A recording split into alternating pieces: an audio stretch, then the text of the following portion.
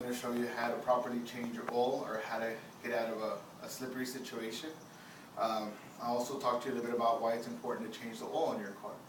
First of all, what we did, we backed in the car into our garage, where it's a nice flat level surface. You just want to make sure that it doesn't roll. And safety is first. We put on the parking brake so the rear wheels are locked. And what I'll do now is I'll properly jack it up through one of the points that it has on the front of the vehicle. I would recommend you look at your owner's manual to see how to properly jack up the car.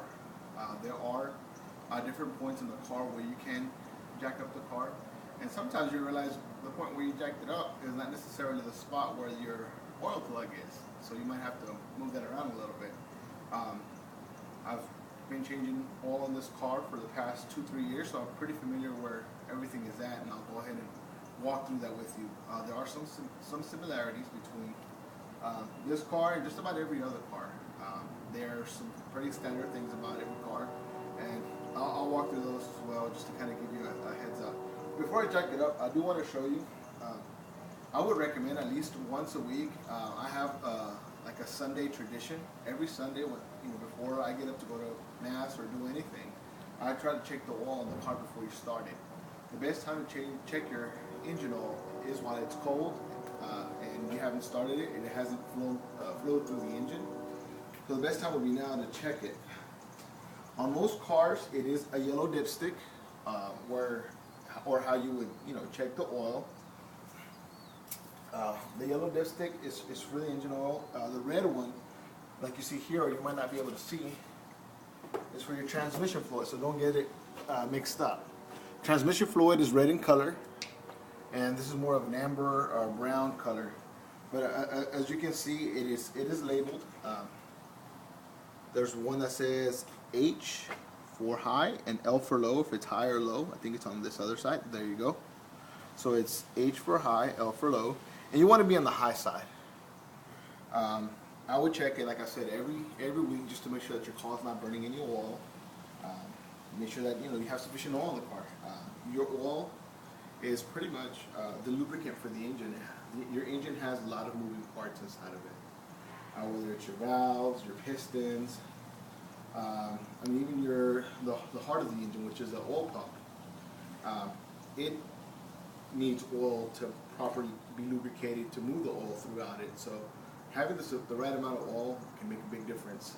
You see a lot of cars that are smoking. You see a lot of cars with the brown smoke. That's usually because the oil is getting into places that it shouldn't be, and it's burning the oil. So properly changing your oil and keeping track of your oil changes, you can ensure your engine life. So I would recommend you check your oil at least 3 times. Once a week. I would recommend like on a Sunday. Start a little tradition. Check all your cars. Not only your oil. You can also check your transmission. But your transmission, that's usually while the car has been running and while it's running. You actually make sure it's in park. Check it, and just like your engine dipstick, it has a hot and a cold, or a high and a low. You always want to make sure that it's on high for it to properly run. And there's a lot of different fluids you can check while you're checking your oil. I usually try to do the radiator. Make sure you have proper water, especially around this time. Today was 32 degrees. So we got to make sure that you have enough antifreeze in your car so your engine block doesn't seize or freeze. This is where you can pour in your antifreeze. You have your brake fluid, which also has a high and a low and a max. I think I need a little bit of that. And your windshield washer fluid. You just never know. Trucks splash water onto you with these raining days, and you always need something to clean it off with. And it's always good to have the right amount. One of the oils that I always like to use is Mobil 1. We've been using it for years. Mobil 1 synthetic oil, I feel is the best oil to protect your engine. If you look at the label, you can compare all the oils. Most of them are marked.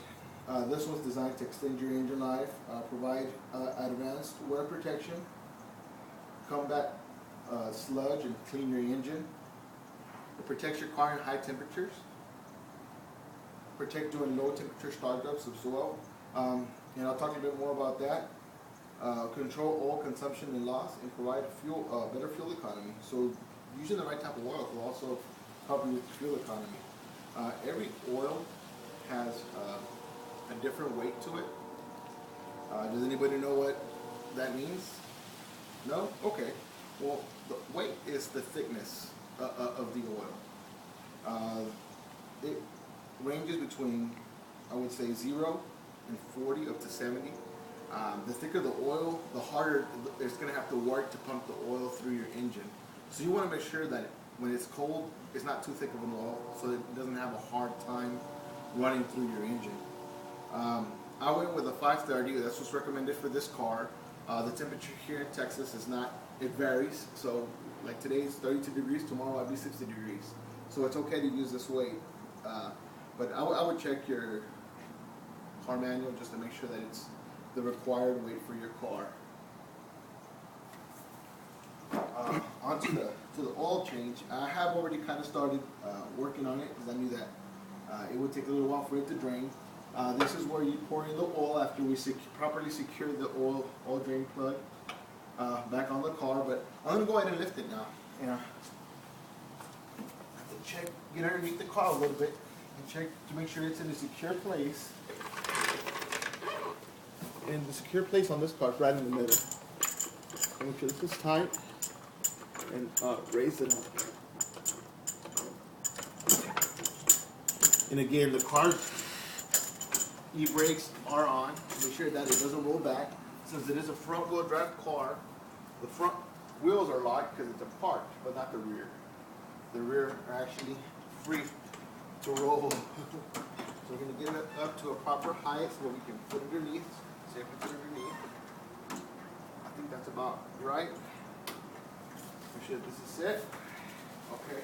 I have some jack stands that I'll put on each side to make sure, just in case something does happen, it won't fall all the way to the ground. So I'll go ahead and secure those.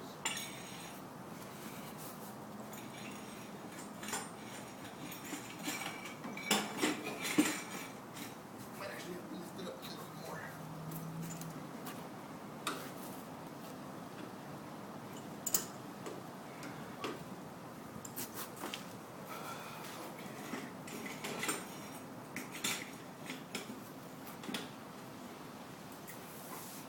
Secure the other side.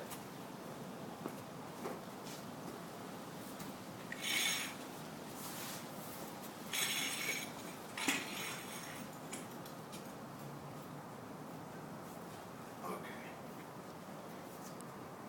Your next challenge is to find the oil drain plug, which on this car, I know where it is. I'll show you where you can find it. All engines have an oil pan, which is where the oil collects while it's not being used. It all goes through the engine, it ends up back into the oil pan. So after it's been sitting for a while, you'll find that most of the oil will be in the oil pan. Give me 1 second. Go underneath the car. Okay. Well, this is the oil pan out of this car, and I've already unscrewed it, but it's usually a screw. It's usually like size 14 millimeter, that's what it was on this car, and which you'll need is a socket wrench and a size 14 socket, which will fit perfectly. You want to make sure that you don't strip it, because then you won't be able to change your oil. You might need to replace it. So just carefully make sure it's snug. Remove it from the oil plug, and the oil should drain completely. I've already drained the oil. It's already been removed. The next step that you have will be to remove the oil filter. Every engine has an oil filter, and they're not that hard to find. The oil filter in this car is actually right next to the oil plug. It's right up here. I've already replaced it as well. There is a tool that you could buy to help you. It is like a loop that tightens up. I don't have the tool. I usually use my hands because they're usually not tightened that hard. But I'll go ahead and remove it and show you what it looks like. I usually use Fram or the Mobil 1 oil filter. In this case, I went with the Fram. They have a new design where it's like a time release the Fram oil filter, all the oil collects around here. It drains in and it comes back out through the middle. So it flows in and back out through the middle. And according to this Fram design, it usually takes it has to go through a certain amount of time before it actually lets it back out, which I hope is safe for the car. But what I usually do, I put some of the old oil and I'll put it right over the rim to make sure that this is not dry. With the heat, I don't want this to dry and crack and leak on me. So what I'll do is I'll put a little bit of oil just to lubricate it a little bit. And it's as easy as putting on the screw. You know, you go clockwise to tighten it, and you go counterclockwise to unscrew it. Like I said, you shouldn't tighten it up more than what you can tighten it up with your hand. So I'll go right underneath here and locate the screw and just start carefully screwing it back in. You got to make sure that it goes in smooth. If you feel it going in oddly, don't force anything. Nothing should be forced on. It has to be a smooth transition. Like I said, just tighten it with your hand as far as you can go, and that should be enough. It's dripping now, so I feel like all the oil should be out. Get a rag here and clean some of this off. Made a little bit of a mess. Now there are magnetized oil plugs, which you could use. I would probably recommend. And what they do is they pick up all the metal shavings from the engine. Anything that's metal, it'll collect it here. It's pretty cool. But you'll screw this back in. 1 second. There you go.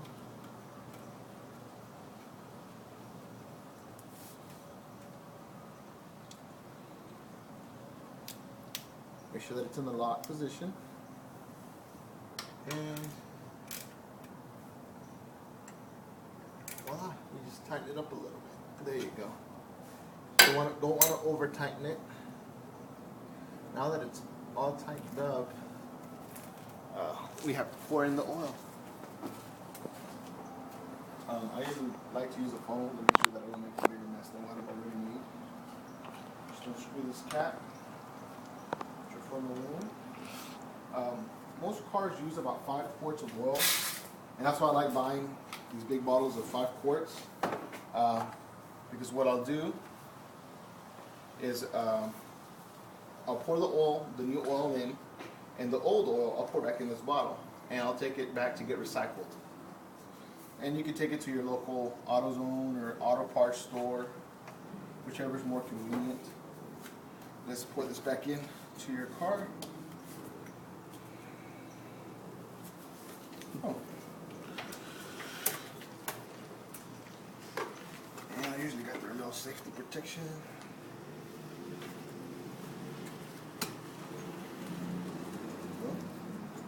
Make sure you put this in the trash can. Alright, and just carefully and slowly let it drain in. Make sure not to make a mess. And you see the amber color? That's the color of new oil. And that's another telling factor, that when you check your oil, if it's too dark, it's probably already time to change it. I try to change it every 3,000 to 4,000 or 5,000 miles. I had a friend at work, and the reason I did this project was because she hadn't changed oil in 2 years. She didn't know how to check her oil. And after 2 years of not checking her oil, her semi-new Nissan Xterra, her engine locked. She couldn't figure out why her engine didn't work or why her car wouldn't start, and it had seized.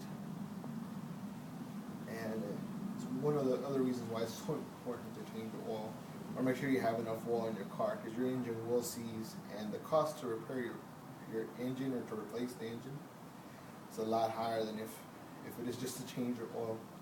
That's why it is very important. It's one of the most important things when it comes to maintenance in your car. Either putting gas in it and making sure that it has enough oil and that it's properly changed.